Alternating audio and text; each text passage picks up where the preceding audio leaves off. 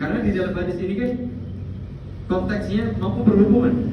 Ya ma'syarus syabab, man istata'a minkumul ba'a falyatazawwaj. Wahai pemuda, siapa di antara kalian yang sudah mampu ba'ah, menikahlah. Karena kalimat setelahnya faman lam yastati' fa'alaihi bisawm fa innahu lahu wijah. Yang tidak mampu puasa. Apa artinya? Ya, kalau sekedar jadi mampu di sini mampu memberi nafkah, mampu memberi mahar, sekaligus mampu sebenarnya berhubungan. Karena kalau tidak mampu, ya maka berpuasa saja. Kan gitu. Itu artinya apa? Tidak mampu menahan diri. Berarti dia punya kemampuan urusan hubungan. Jadi mampu dalam masalah sebagai laki-laki, mampu jadi berhubungan. Tapi bukan sekedar ini, sekedar dia mampu lalu menikah, tidak. Sementara dia tidak mampu untuk bekerja memberi nafkah, tidak. Artinya dia mampu secara laki-laki dan juga mampu untuk memberi nafkah. Itu dia. Sehingga ini penting jamaah, ketika mau menikah itu ya ditanyalah, kamu laki-laki betulan bukan? Loh iya, loh betul. Karena sekarang ini kecenderungan untuk tidak mampu dalam hal itu banyak. Ya, data di Jogja ini puluhan ribu LGBT. Ya. Dan itu, mohon maaf ya, orang yang sudah LGBT itu dia tidak selera kepada lawan jenis. Gua gede dhuwur ganteng foto itu ya, seperti binaragawan itu. Kalau dia cenderungnya ke sejenis, dia kalau sama perempuan cantiknya seperti apa itu boneka Barbie itu, dia nggak enggak itu, betul. Karena dia tidak selera. Kalau seperti ini ya berarti nggak mampu dia. Jadi mampu, mohon maaf ya, mampu itu otomatis di sini di samping mampu sebagai laki-laki, tapi juga mampu bertanggung jawab sebagai laki-laki. Tadi apa? Memberi nafkah. Memberi nafkah. Karena ada kasus-kasus seperti itu. Makanya para orang tua ya, kalau misalnya penjenengan punya anak perempuan ya, dilamar laki-laki jangan hanya melihat ini ganteng, gagah, sehat, sugih, soleh, berilmu. Tanya dulu. Ya, dan harus jujur. Kamu laki-laki bukan? Betul itu. Iya. Kalau nggak laki-laki betulan nggak usah. Kesian. Kemarin waktu ada sebuah pernikahan itu, saya hadir. Ya, diminta tausiah setelah pernikahan. Tapi sebelum pernikahan ini si orang tua, wali perempuan menyampaikan khutbah nikahnya. Dia sendiri khutbah nikah. Salah satunya apa? Dia sebut nama si calon menantunya itu yang hendak menikahi putri. Tolong jaga putriku. Tolong rawat dia, tolong didik dia dengan baik. Andaikan kau memang sudah tidak mampu, maka jangan kau sia-siakan anakku ini. Kembalikan baik-baik kepada diriku. Ini bagus ini. Ini tegas dia. Mau jangan main-main sama anakku kan gitu intinya. Ya. Jadi kamu harus mampu. Ini tegas. Itu bagus menurut saya. Bagus ini orang. Jangan sekali-kali kau sakiti anakku. Kalau memang kau sudah tidak mampu mendidik anakku, kembalikan baik-baik kepadaku. Nah ini penting orang tua tegas. Termasuk sebelumnya tanya. Ini ya, kemampuan dari ini. Karena kaitannya dengan puasa. Puasa itu kan kaitannya dengan syahwat. Ya enggak? Iya. Jadi bukan sekedar syahwat. Kalau sekedar syahwat ya suruh aja nikah. Tapi ada kemampuan ba'ah itu kemampuan syahwat dan juga kemampuan bertanggung jawab. Nih, bertanggung jawab. Dia kerja, dia siap, badannya siap untuk kerja, siap untuk ini. Nah itu dia. Ini penting untuk diperhatikan.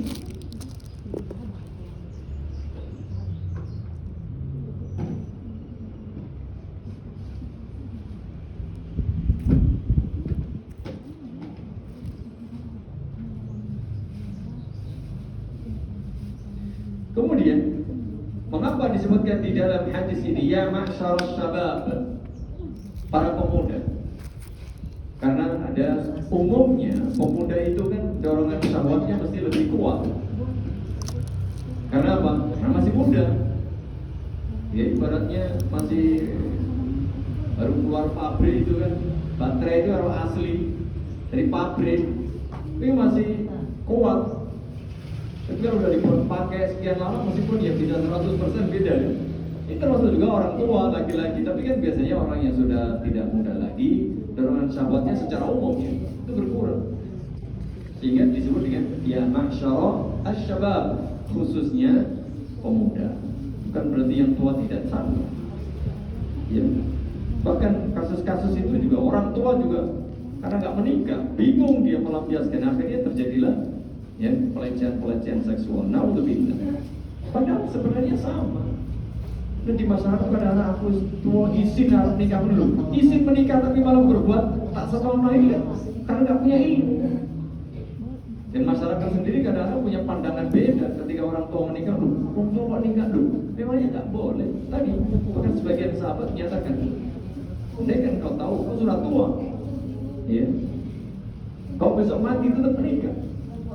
Untuk apa? Tadi untuk mencari keturunan. Atau sebagian sahabat menyatakan jangan sampai satu malam pun kau tidak punya istri. Karena ibadah, menikah itu ibadah. Itu pentingnya untuk diperhatikan. Kemudian menikah juga dari faedahnya jelas, bisa menundukkan pandangan dan menjaga kehormatan. Ini pasti jemaah. Orang kalau tidak terlampiaskan itu dia akan kemana-mana akhirnya. Tadi salah satu kerusakan umat ini salah satunya itu kadang dipersulit nikah. Sebagian tempat syarat nikah harus begitu, harus punya duit sekian uang. Tidak ada syarat sekian duit, yang penting kau mampu mencari nafkah.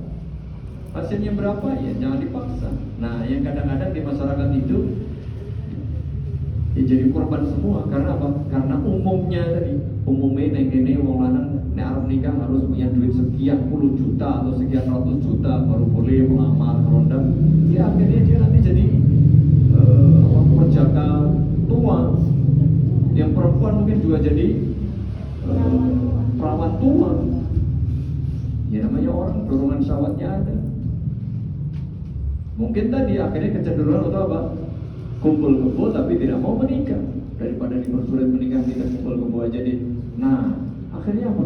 Kemaksiatan. Dan seterusnya.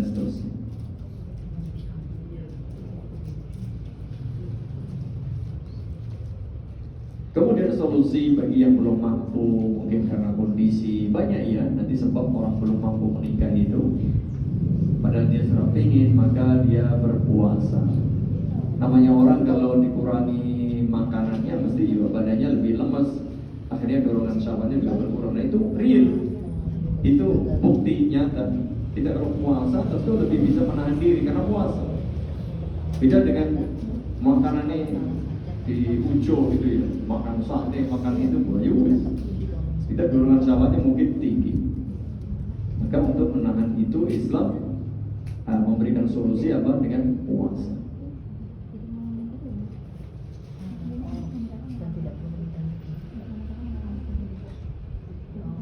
Kemudian bagaimana dengan kasus orang yang sudah ingin menikah tapi nggak punya modal, pengen tapi nggak punya modal. Bolehkah dia berhutang untuk menikah? Dalam masalah ini ulama berbeda pendapat. Sebagian membolehkan, sebagian tidak. Ya kalau mampu, kalau tidak. Tapi kalau nggak menikah berat. Tapi kalau mau menikah nggak punya duit, nggak punya modal, misalnya gitu ya. Wallahu ta'ala a'lam. Wal yasta'fifil ladina la yajiduna nikahan hatta yughniyahumullahu min fadlih. Hendaknya orang yang belum mampu untuk menikah menjaga kehormatannya sampai dia nanti Allah memberikan kemampuan.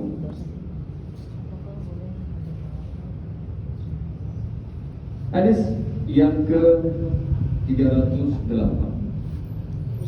An Anas radhiyallahu anhu anna nafaran min ashabin Nabi sallallahu alaihi wasallam sa'alu azwajan Nabi sallallahu alaihi wasallam an amalihi fi sirr. Faqala ba'duhum la atazawwaju an-nisa. Waqala ba'duhum la akulu lahma. Waqala ba'duhum la anamu ala firash. Anas bin Malik radhiyallahu anhu mengisahkan, dulu ada sebagian sahabat Nabi sallallahu alaihi wasallam itu bertanya kepada para istri Nabi, azwajan Nabi, an amalihi fi sirr.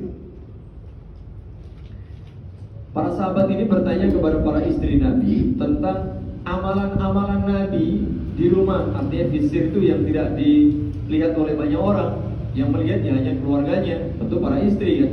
Nabi itu kalau di rumah amalannya kayak apa ya kan gitu. Dan di luar gak kelihatan. Kalau di luar para sahabat ngerti lah, di rumah kayak apa. Faqala ba'duhum, nah setelah mengetahui amalan Nabi, maka sahabat-sahabat yang bertanya tadi lalu bertekad, berjanji. Qala ba'duhum la atazawwajun nisa. Waduh, kalau begitu aku nggak mau nikah. Kenapa? Kalau nikah nanti saya sibuk ngurus istri dan sempat ibadah. Apa niat tadi? Niatnya pengen maksimal ibadah. Sehingga apa? Dia rela untuk tidak menikah. Dia pengen tidak menikah supaya apa? Supaya tidak disibukkan dengan istri. Wa qala ba'duhum la akulu lahma. Yang satu mengatakan, aku tidak mau makan daging, supaya mungkin tubuhnya tidak begitu berhasrat pengen menikah, lalu dia pengen ibadah murni, atau tidak ingin senang-senang lah pokoknya. Dia pengen fokus ibadah. Wa qala ba'duhum la anamu ala firash. Yang satu mengatakan, aku tidak mau tidur di atas ranjang, tidurnya di lantai saja. Ingin apa? Ingin ya tidak menyenangkan dirinya, ingin prihatin, ingin fokus ibadah. Fabalagha Nabi sallallahu alaihi wasallam dzalika. Lalu peristiwa itu setelahnya diketahui oleh Nabi. Kemudian tekad bulat beberapa sahabat yang bertanya tadi juga sampailah kepada Nabi. Fahamidallaha wa asna alaihi. Setelah mendengar berita dan keinginan sebagian sahabat yang aneh-aneh tadi itu, Nabi berceramah, berkhutbah. Nabi memuji Allah, menyanjungnya. Wa qala ma balu aqwamin qalu kadza wa kadza. Mengapa orang-orang ini punya keinginan ini dan itu? Ya. Punya tekad untuk tidak menikah, tekad untuk menyiksa diri begini begitu. Lakinni usalli wa anam. Ketahuilah, aku itu juga sholat juga tidur. Artinya tadi sebagian ingin sholat malam terus tidak tidur. Tapi ketahuilah, aku ini ya sholat ya tidur. Tidak melulu sholat, tidak terus sholat setiap malam. Wa asum wa uftir. Aku juga puasa, tapi juga tidak puasa, tidak setiap hari puasa. Bahkan Nabi banyak tidak puasanya untuk hari-hari biasa. Tapi juga beliau sempatkan puasa. Ketika tidak sempat puasa dalam satu bulan tertentu, beliau rapel nanti pada bulan Sya'ban kan. Pada bulan Sya'ban beliau memperbanyak ibadah puasa. Wa atazawwajun nisa, aku juga menikahi wanita. Siapa tadi yang bilang tidak mau menikah katanya? Faman raghiba an sunnati falaysa minni. Siapa yang tidak suka bimbinganku, ajaranku, syariatku, sunnahku, ya berarti dia tidak ikut aku. Karena kan, jadi kalau betul-betul kita ikut Nabi, betul-betul kita cinta Nabi, ya ikuti bimbingan Nabi, ya menikah,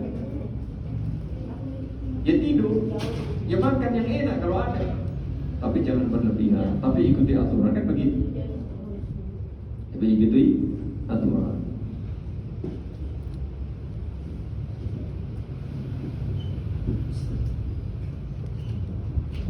Beberapa faedah yang bisa dipetik dari hadis yang mulia ini. Yang pertama, hubbus sahabati radhiyallahu anhum lil khair wa raghbatuhum fihi wa fil iqtida'i bainahum fi nabiyyihim sallallahu alaihi wa ala alihi wasallam. Hadis ini menunjukkan bahwa para sahabat itu adalah orang-orang yang amat sangat cinta dan bersungguh-sungguh untuk meraih semua kebaikan. Sampai mereka rela tidak ingin menikah, tidak ingin makan enak, tidak ingin tidur. Dalam rangka apa? Dalam rangka beribadah. Niatnya mereka itu.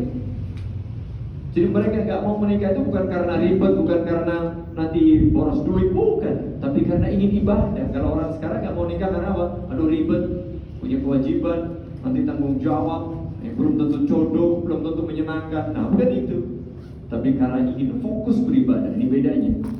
Jadi sama-sama. Nanti kalau orang beralasan, loh kan dulu sahabat juga ada yang pengen gak nikah, jadi saya sekarang gak nikah. Nah tapi motifnya beda, alasannya beda. Ambil istinbat hukumnya keliru.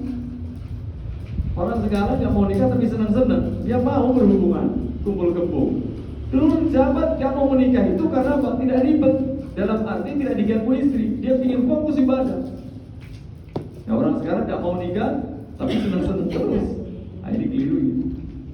Misalnya para sahabat ingin meraih kebaikan, ingin meneladani Nabi, ingin maksimal dalam beribadah, sampai pun mereka rela tidak menikmati kesenangan duniawi. Maksud mereka begini: samahu hadhihi syari'ati wa yusriha akhdan min amali nabiha wa hadihi. Hadis ini memberitahu kita, menjelaskan kepada kita bahwa hukum syariat Islam itu amat sangat tepat, bijak, dan bisa diamalkan oleh siapapun. Tidak memaksa orang harus beribadah seperti ini pun, enggak. Ada urusan duniawi yang memang dibolehkan. Tidur, ya namanya manusia butuh tidur kok. Makan, butuh makan enak bergizi. Ya. Punya istri, punya suami, karena butuh. Jangan dipaksakan berlebihan, melampaui batas guru dalam beribadah, tidak. Jadi enak ya. Jadi semua ini kalau mengikuti tuntunan Nabi mesti cocok, mesti baik. Karena begitulah Nabi kita. Menikah, makan, tidur, tapi tidak sampai melupakan ibadah, bahkan itu sekedar secukupnya saja. Hadis ini menunjukkan annal khaira wal barakata fil ibtida'i bihi wa tibai ahwalihi syarifah. Nah, keberkahan dan kebaikan itu jika sesuai dengan tuntunan dan sunnah Nabi.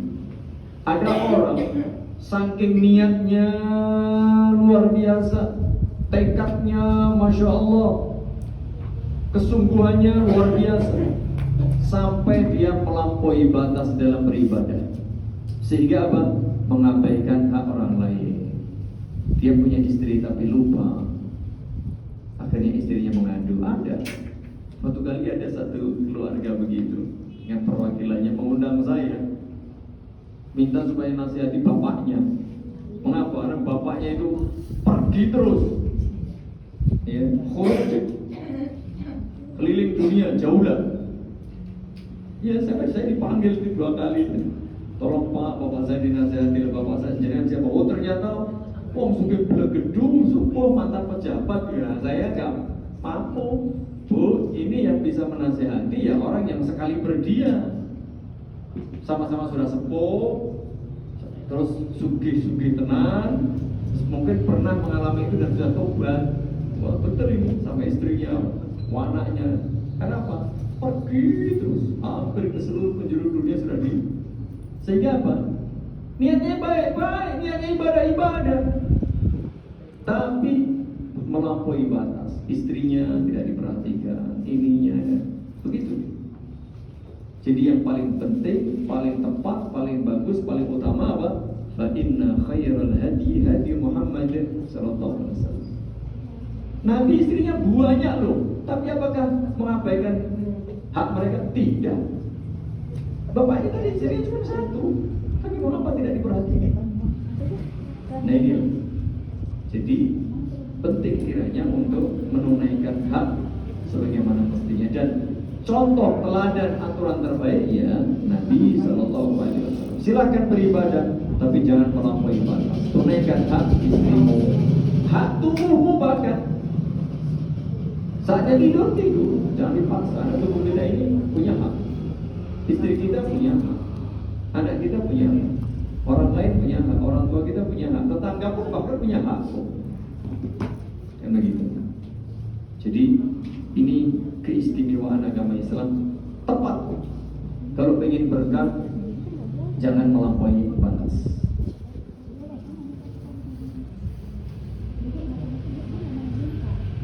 Memaksa diri, menyusahkan diri, bahkan menghalangi diri kita untuk menikmati dunia ini bukan bagian dari agama. Ini orang-orang yang ada hulu, mungkin dari kalangan sufi yang tidak betul, kalangan tasawuf yang tidak betul, atau kalian orang-orang yang terkenal dengan khawarij, berlebihan. Mereka niatnya baik, ya. Berlebihan melampaui batas, sebagaimana sebagian sahabat tadi ingin apa? Tidak tidur, menyiksa diri, ingin tidak makan, ya. Artinya puasa terus setiap hari, bahkan tidak mau makan enak. Beda kalau kita nggak boleh makan daging-daging karena dilarang dokter karena terlalu mungkin darah tinggi atau apa, ini urusan lain. Tapi kalau kita sehat, makan saja, meskipun jangan berlebihan, ya. Lalu ada yang nggak mau nikah, ingin fokus. Bal huwa min sunan al-mubtadi'in al-mutanatti'in al-mukhalifin li sunnati sayyidil mursalin. Nah, orang yang melampaui batas dalam berbuat kebaikan ini termasuk pengikut ahlul bidah. Orang-orang yang menyelisihi sunnah Nabi sallallahu alaihi wasallam. Ini niatnya baik loh, perbuatannya juga baik, ibadah. Tapi kalau melampaui batas jadi jelek. Wah, apalagi yang bukan ibadah. Bukan ibadah, maksiat aja udah jelek, apalagi melampaui batas. Jadi apa? Nggak mau menikah, tapi malah LGBT, iya nggak? Nggak mau menikahnya karena kemaksiatan, sudah begitu melampaui batas. Mau ibadah saja, melampaui batas. Ibadah itu kan baik, kebaikan itu baik. Tapi kalau melampaui batas jadi tidak baik. Tapi na'udzubillah min dzalik. Pada zaman ini ada banyak kemaksiatan, dosa besar itu sudah tidak baik, tapi melampaui batas dosa besarnya. Na'udzubillah min dzalik.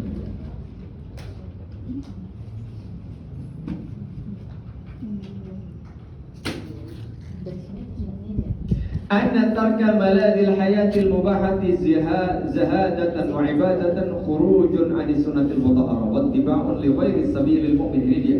Hati-hati jemaah. Menghindarkan diri dari kelezatan duniawi yang mubah. Saya ulang. Menghindarkan diri dari kenikmatan duniawi yang mubah dengan niat untuk ibadah, itu justru tidak mengikuti sunnah Nabi. Artinya begini, bagaimana para gelembangan tadi, aku ingin beribadah dengan cara zuhud, tidak makan daging. Aku ingin melatih diri tidak makan daging, agar aku menjadi orang sabar, agar tidak bisa, karena itu niat ibadah. Tapi kalau apa nggak makan daging ini? Oh, kata dokter kalau banyak daging ini atau makan ini nanti berbahaya karena aku lagi hipertensi, lagi kolesterol, lagi apa? Seperti ini, seperti itu urusan lain. Jadi innamal a'malu binniyat. Kalau mengurangi ya nggak masalah, dalam rangka supaya tidak berlebihan, secukupnya. Tapi tadi ini banyak, karena sebagian orang mengharapkan sesuatu yang halal. Ya, mengharapkan yang halal kan yang tadi. Dalam rangka beribadah itu tidak betul. Nabi juga menikah, Nabi juga ada hari ini makan itu, tidak apa-apa. Ya, ini penting. Termasuk konsep hidup yang jelas-jelas melanggar fitrah, melanggar sunnah Nabi, dan itu termasuk pengikut ahlul bidah adalah konsep rahib.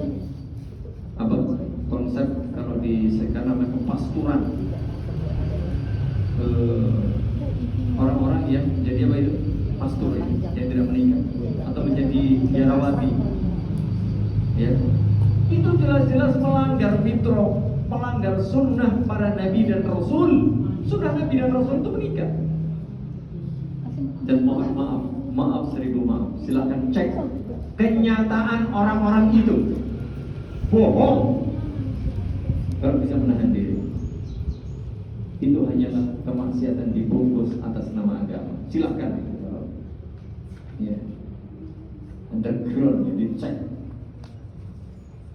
Itu kasusnya naudzubillah min dzalik. Ya siapa yang di sini kumpul lagi perempuan dengan alasan ibadah, tapi ibadah yang tidak berkonsekuensi ya kan? Itu sudah kalau mau jujur-jujuran mereka itu. Tapi yang ditutupi itu lembaga institusi keagamaan ini kewibawaan kehormatan. Tapi kalau jujur bohong mereka.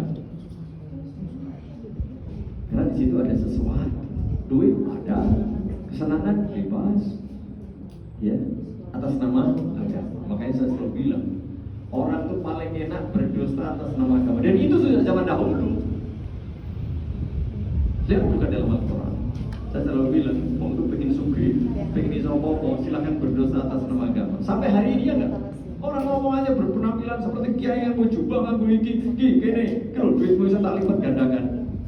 Ngono ya, ada yang teko ada. Dan sekali lagi marah seperti penipuan itu jadi dua. Saya selalu bilang sama, ujung-ujungnya cuma dua. Nggak ada duit wanita, setuju pasti itu. Itulah ceramah-ceramahnya. Ujung-ujungnya apa? Ya pelecehan. Kau nikah rawani, tapi karena senang-senang harus jamaah. Nah, untuk bilang tidak itu kan ada. Udah jadi kesatria, nikahilah. Resmi Islam membolehkan kok. Tapi mereka nggak mau. Karena apa? Konsekuensi. Lah, ini lagi jangan begitu. Belum lagi duit. Mohon maaf ya. Rata-rata seperti ini. Lihat, ya mohon maaf. Organisasi kelompok-kelompok yang sebenarnya disinyalir orang yang menyimpang itu ujung-ujungnya duit. Lihat di sana kalian kan masuk di sini diiming-imingi surga. Pada mampu jamaah ini surga, wes yakin surga. Nih ngerti dewe, sesasi kudu bayar sekian persen. Nek ke sugi 6%, sugi banget 10%. Itu ada sampai hari ini. Sekarang lagi pencitraannya luar biasa di YouTube. Pencitraan luar biasa. Pembohong-pembohong itu. Nggak saya tahu itu. Saya pernah ikut. Zaman kecil nggak ngerti menurut saya. Ya. Pembohong itu. Duitnya banyak. Ya. Belum lagi yang lain. Ada pikirnya apa? Membayar zakat itu tidak harus haul. Intinya apa? Ben-ben. Setiap dia jamaah yang punya duit, kita di store, kita nyetor kayaknya harus ke tempat dia. Bayar lagi jamaah. Jadi, masya Allah, kasus-kasus ini kalau diungkap banyak. Apalagi dan konsep apa tadi? Konsep orang tidak menikah dalam rangka beragama. Nah, itu sudah dibantah dalam Al-Quran, dalam hadis Nabi. Gitu ya. Jadi ini penting sekali berkaitan dengan institusi pernikahan itu luar biasa. Ini sesuatu yang sangat mulia, terhormat. Karena niatnya untuk ibadah kepada Allah Subhanahu wa Ta'ala.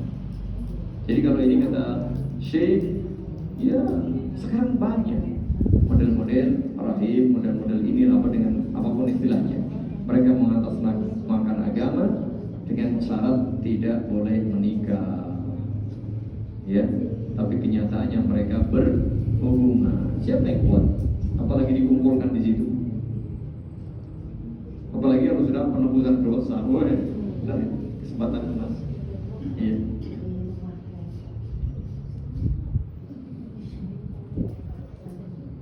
Jadi sunnah di dalam hadis ini adalah tariqah,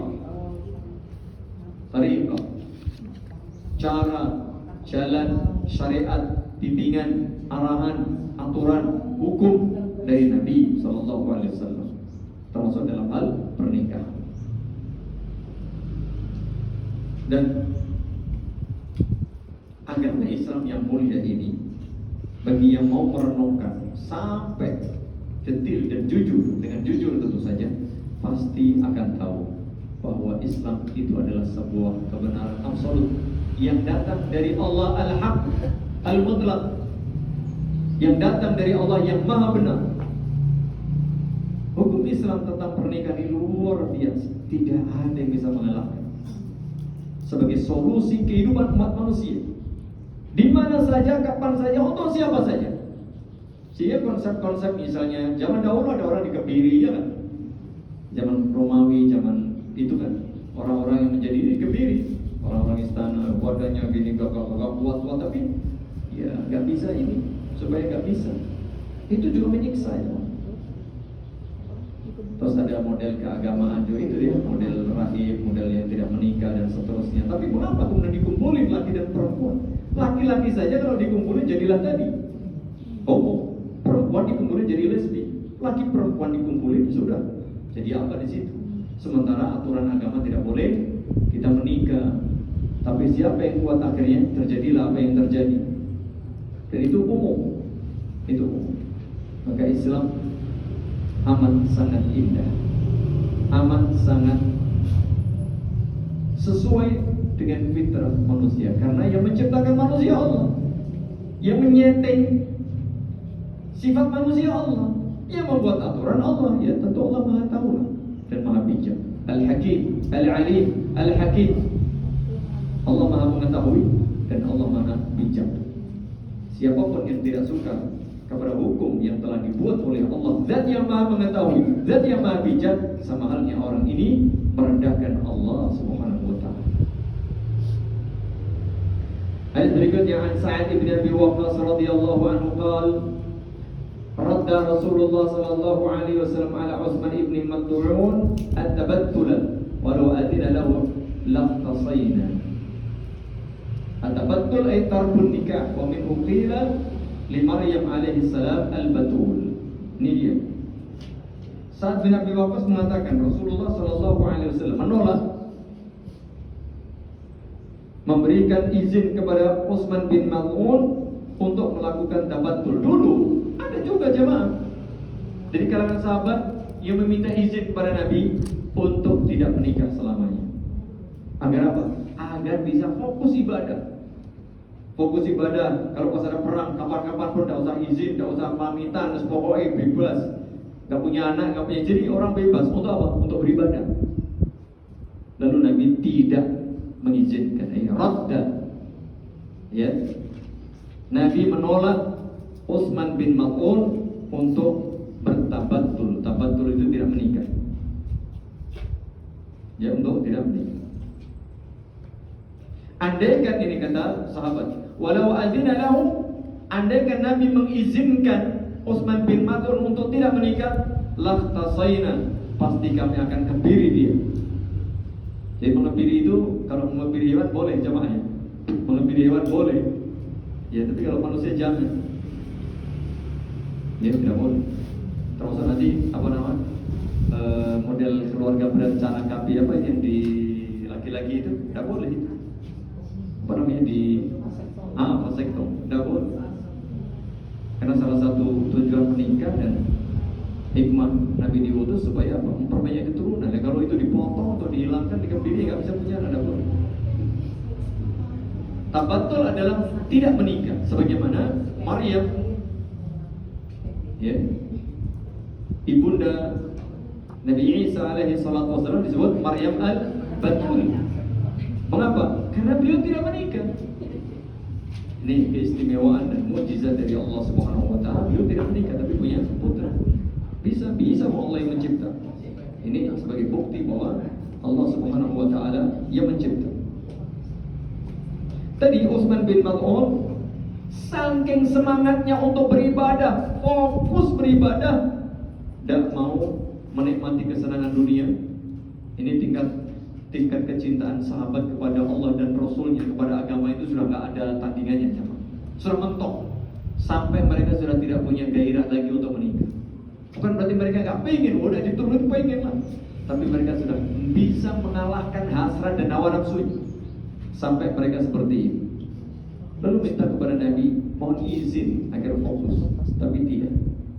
Nabi tidak mengizinkan. Mengapa? Karena itu tidak sesuai dengan sunnah Nabi, tidak sesuai dengan ajaran Nabi.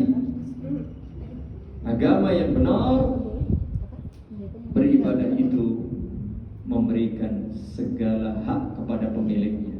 Tubuh kita punya hak, mata kita punya hak, syahwat kita punya hak, ya, punya hak. Maka berilah sesuai dengan porsi masing-masing. Allah punya hak, ya. Agama punya hak, betul. Nabi punya hak, iya betul.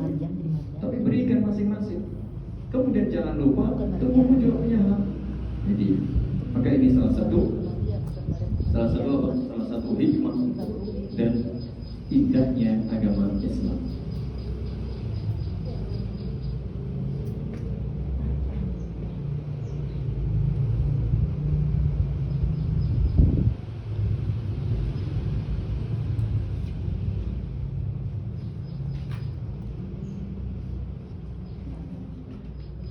Itu berkait dengan bab pernikahan, ya, bab pernikahan. Berikutnya nanti ada ini dia, ada hal-hal yang dilarang untuk dinikahi. Itu pada hadis ke-310 dari Muharramat. Al-Muharramat minan nisa, ya, mahram atau wanita-wanita yang dilarang untuk dinikahi. Wanita-wanita yang dilarang untuk dinikahi. Kita baca an Ummi Habibah binti Abi Sufyan radhiyallahu anha annaha qalat ya Rasulullah inkih ukhti ibnata Abi Sufyan. Faqala aw tuhibbina dzalika? Faqultu na'am. Kata Ummu Habibah, wahai Rasulullah, nikahilah saudaraku, yaitu putri Abu Sufyan. Kemudian Nabi berkata, aw tuhibbina dzalika? Kau suka jika aku menikahinya? Faqultu na'am. Kata Ummu Habibah, na'am. Lastu laka bimukhliyah. Aku tidak bersedia dengan dirimu. Dan gitu ya. Wa ahabbu man syarakani fi khairin ukhti. Dan aku ingin jika saudariku itu ikut berbuat baik bersamaku. Jadi ini luar biasa jamaahnya. Ummu Habibah menawarkan saudarinya untuk dinikahi Nabi. Ini orang yang sudah apa? Ini sahabatnya juga sama. Saking cintanya kepada Nabi, saking cintanya kepada Allah, dia sudah merelakan. Ya. Apakah cemburu? Tapi dia bisa mengalahkan itu, egonya sudah dikalahkan. Tetapi apa kata Nabi? Qala Nabi inna dzalika la yahillu li. Nabi menyatakan, tapi itu tidak halal bagiku. Qala fa inna nuhaddithu annaka turidu an tankiha binta Abi Salamah. Tapi kami dengar baginda Rasulullah ingin menikahi putri Abu Salamah. Qala bintu Ummi Salamah, putri Ummu Salamah. Kata Ummu Habibah, iya. Naam. Kayak gitu. Faqala innaha law lam takun rabibati fi hijri ma halat li. Innaha la ibnatu akhi min ar-radha'ah. Arda'atni wa Aba Salamah thawbiyya ma Thuwaibah. Fala ta'ridna alayya yunatikunna wala akhwatikunna. Banatikunna wala akhwatikunna. Nabi menyatakan dia adalah anak tiriku yang ada dalam pemeliharaanku. Jadi anak tiri itu gak boleh, ya, yang sudah ibunya sudah berhubungan dengan suaminya, tidak boleh. Kalau belum, lalu istrinya tadi yang dinikahi dicerai masih boleh. Tapi kalau sudah, tidak. Maka tidak halal bagiku. Apalagi dia adalah putri dari saudara persusuanku. Ternyata dulu aku dan Abu Salamah sama-sama menjadi saudara sesusuan oleh seorang wanita yang namanya Thuwaibah. Ini berkaitan dengan masalah mahram. Setelah ini jangan kau tawarkan lagi lah anak-anakmu maupun anak-anak saudaramu. Qala Urwah, Thuwaibah maulatun li Abi Lahab. Thuwaibah itu dulu adalah maula dari Abu Lahab. Karena Abu Lahab a'taqaha fa arda'atin Nabi. Ketika sudah dimerdekakan, maka Thuwaibah ini dulu menyusui Nabi. Falamma mata Abu Lahab, ketika Abu Lahab sudah meninggal, maka sebagian keluarganya bermimpi bahwa kondisi Abu Lahab sangat buruk. Keluarganya tadi bertanya, apakah yang dapat engkau temukan setelah kematian? Abu Lahab menjawab, aku tidak menemukan satu kebaikan pun setelah meninggal kecuali aku diberi minum dari lubang ini. Hal itu karena aku pernah membebaskan Suwaibah. Ini intinya jamaah berkaitan dengan wanita-wanita yang haram dinikahi. Nanti kalau kita bicara di Al-Muharramat Minan Nisa, bab tentang pernikahan, perempuan-perempuan yang haram dinikahi itu ada dua kategori. Jadi At-Tahrim Al-Mu'abbad, larangan yang sifatnya abadi. Haram ini bersifat abadi. Contohnya ibu kita ini sampai kapanpun tidak bisa kita nikahi. Kedua, ibu mertua sama juga. Ibu mertua ini sampai kapanpun tidak bisa dinikahi. Waduh, itu nih Pak apa? Nah ibu ayu kalau anaknya sudah bisa. Itu ada kisah seperti itu. Bisa jadi mungkin ibunya menikah waktu masih muda, lalu umur dengan anaknya ya jauh berbeda. Begitu udah tua, ternyata anaknya betul nggak bisa. Meskipun anaknya dicerai, sudah anaknya mati nggak bisa. Di mertua ini haram selamanya. Bahkan sekedar misalnya sekedar akan nikah, habis itu cerai atau habis itu mati, nggak bisa jemaah, nggak bisa. Ini mertua ya, ibu mertua dan seterusnya. Itu namanya apa namanya? Muharram yang abadi, yang ilal abadi. Nah ada nanti perempuan yang haram dinikahi sementara. Contoh, ada kakak beradik, begitu dinikahi kakaknya, loh adiknya lu ayu, wah getun. Nah ini nek orang tak nikahi saya ini tidak di wong, mesti gitu kan? Keduluan orang, pas saya ini tak double. Mbak Yuni kalau adiknya tidak bisa. Sementara adiknya nggak boleh. Sementara mengapa? Jika kakaknya sudah dicerai atau kakaknya sudah meninggal, boleh adiknya dinikahi. Karena saya sementara. Beda dengan mertua tadi. Mertua selamanya tidak bisa. Meskipun apapun alasannya tidak bisa. Gitu ya, ini contoh seperti itu. Nah,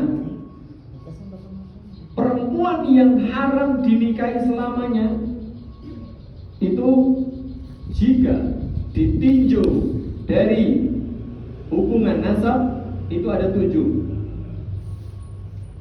Wanita yang haram dinikahi selamanya dilihat dari jalur nasab ada 7. 1, ibu. Ibu itu termasuk nenek, ibunya ibu, ibunya ibu-ibu, ibu, gitu ya, nenek, buyut dan seterusnya. Kemudian yang kedua, anak perempuan. Anak perempuan ini anak perempuan terus cucu kita, cicit kita,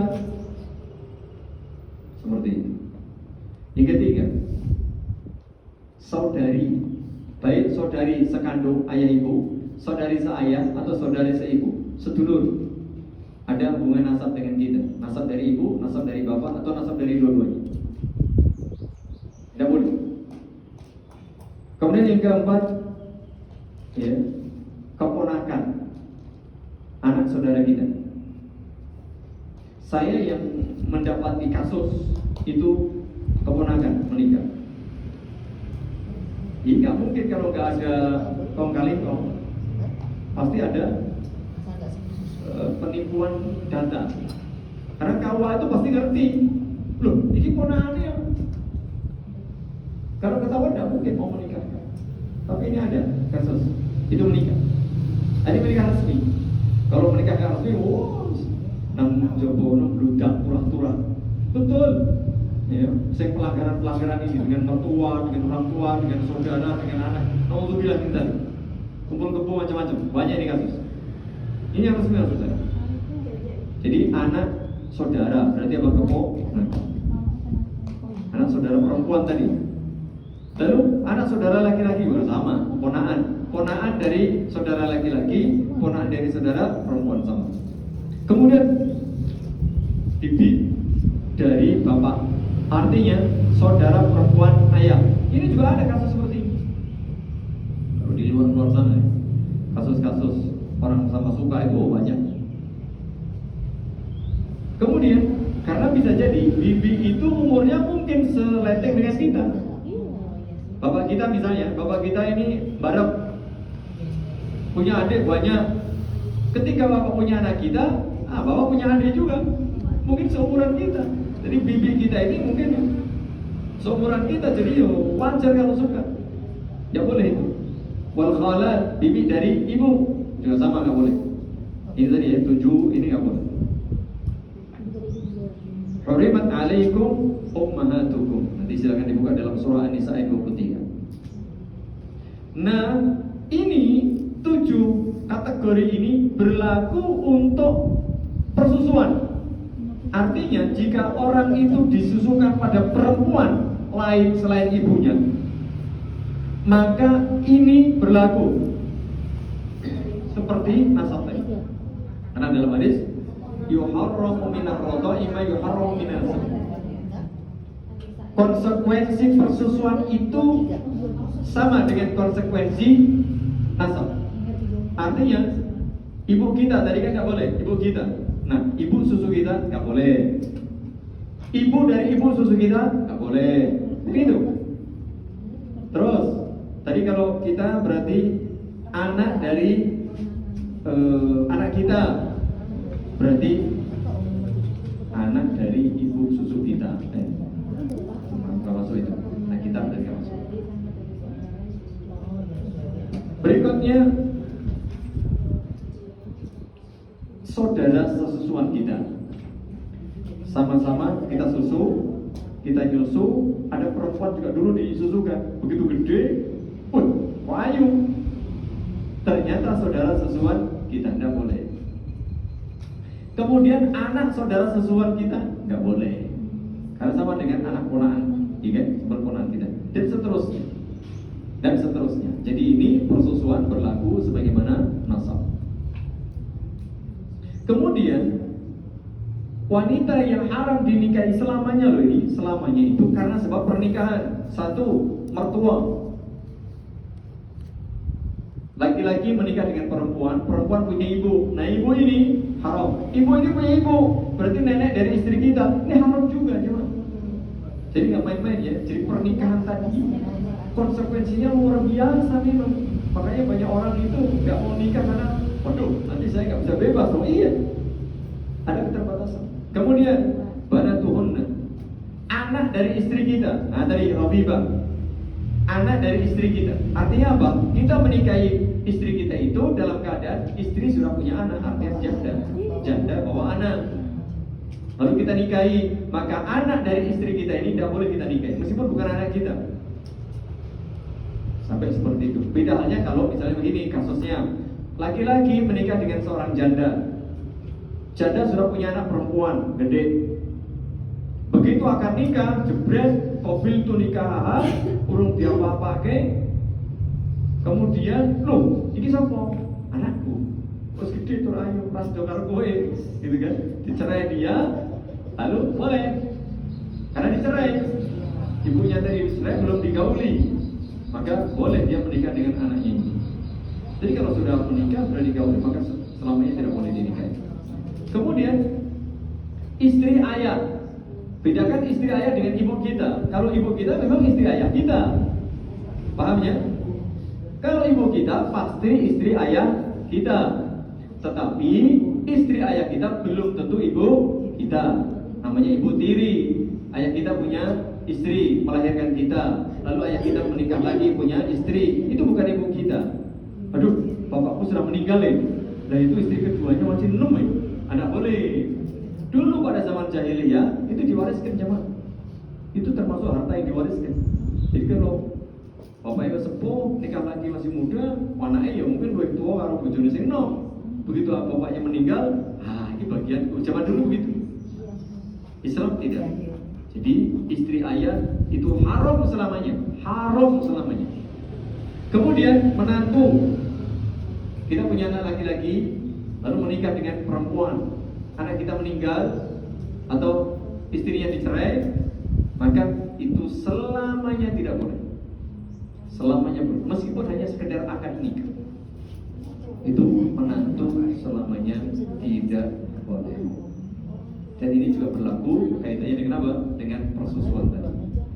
Demikian jemaah, berkaitan dengan sepintas insyaallah taala. Kesempatan berikutnya kita lanjutkan berkaitan dengan karena apa? Ini penting dalam kenyataan di masyarakat. Alhamdulillah kita lihat. Kalau hanya sekedar mungkin nikah resmi atau kumpul kebo, sepertinya hampir semua ini ada kasus pelanggaran. Saya belum tahu persis, tapi banyak yang melanggar. Tapi kalau nikah resmi saya dapati 1-2 ini mengumpulkan 2 saudara, kemudian ponaan ini terjadi. Alhamdulillah minta ini. Maka ini penting untuk diperhatikan agar kita ini terjaga. Dan Islam begitu indah, begitu lengkapnya, begitu sempurnanya mengatur bab-bab yang berkaitan dengan muamalah. Salah satu muamalah yang paling berisiko ya muamalah pergaulan laki perempuan ini. Makanya Islam ketat sekali mengaturnya. Ada sekian banyak kaidah, hukum dan aturan supaya apa? Supaya semuanya berjalan dengan baik. Ini ada beberapa pertanyaan sebelum kita tutup.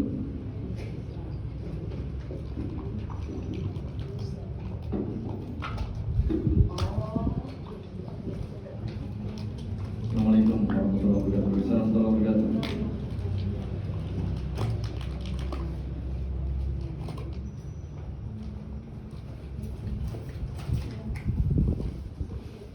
Apakah boleh bersikap pasrah saja pada Allah Ta'ala?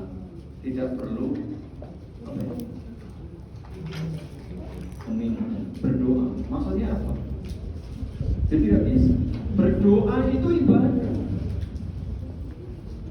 Pasrah dalam arti apa? Kalau pasrah kepada Allah tidak perlu berdoa meminta. Nah, kalau pasrah itu wajib juga. Namanya tawakal. Memasrahkan seluruh urusan kepada Allah wajib. Nah, dari dulu banyak. Wa 'alallahi wal falyatawakkalul mu'minun. Pasrah itu wajib.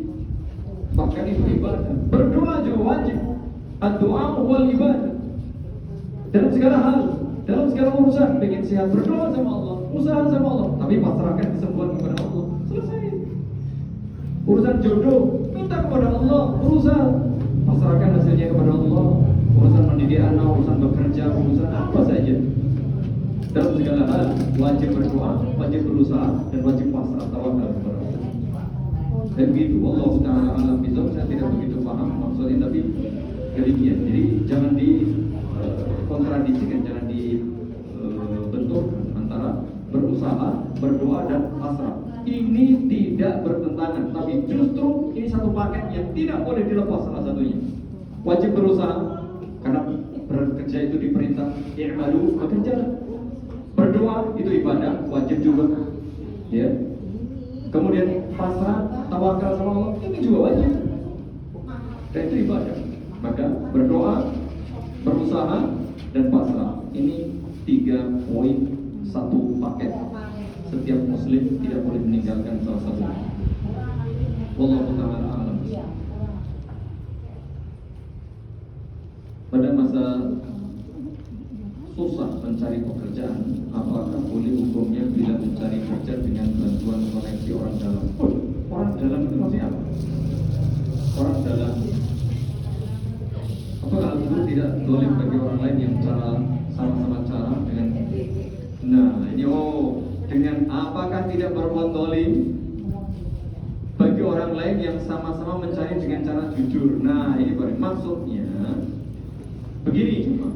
Jika orang dalam itu memang dengan cara kita suap, ini nggak boleh.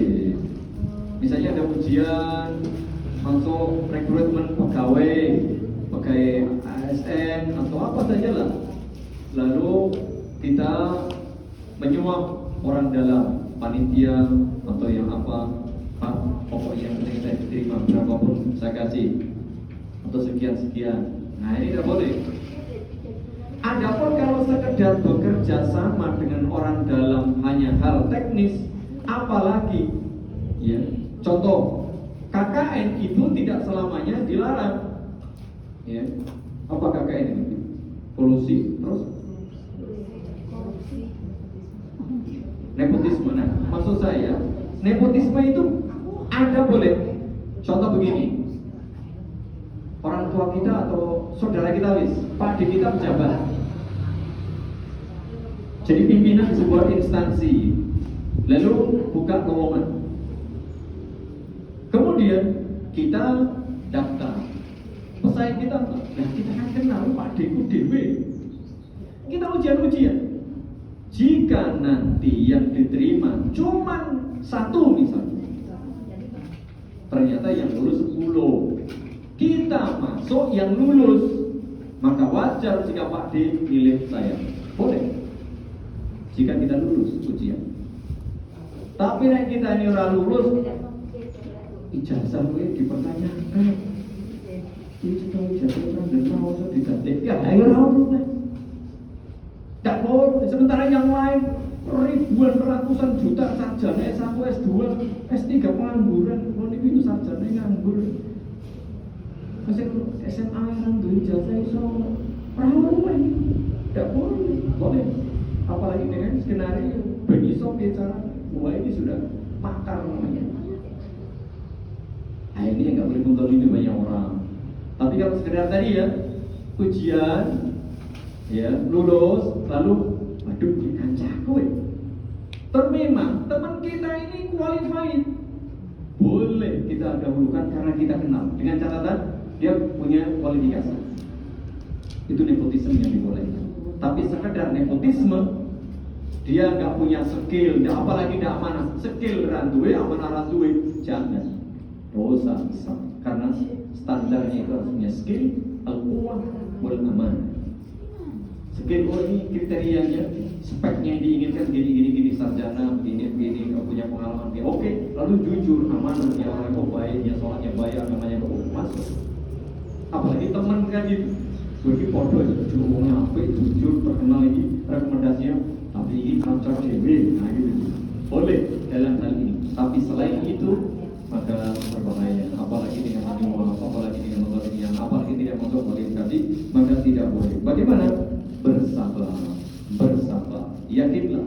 Waman yattaqillaha yaj'al lahu makhrajan wa yarzuqhu min haitsu la yahtasib.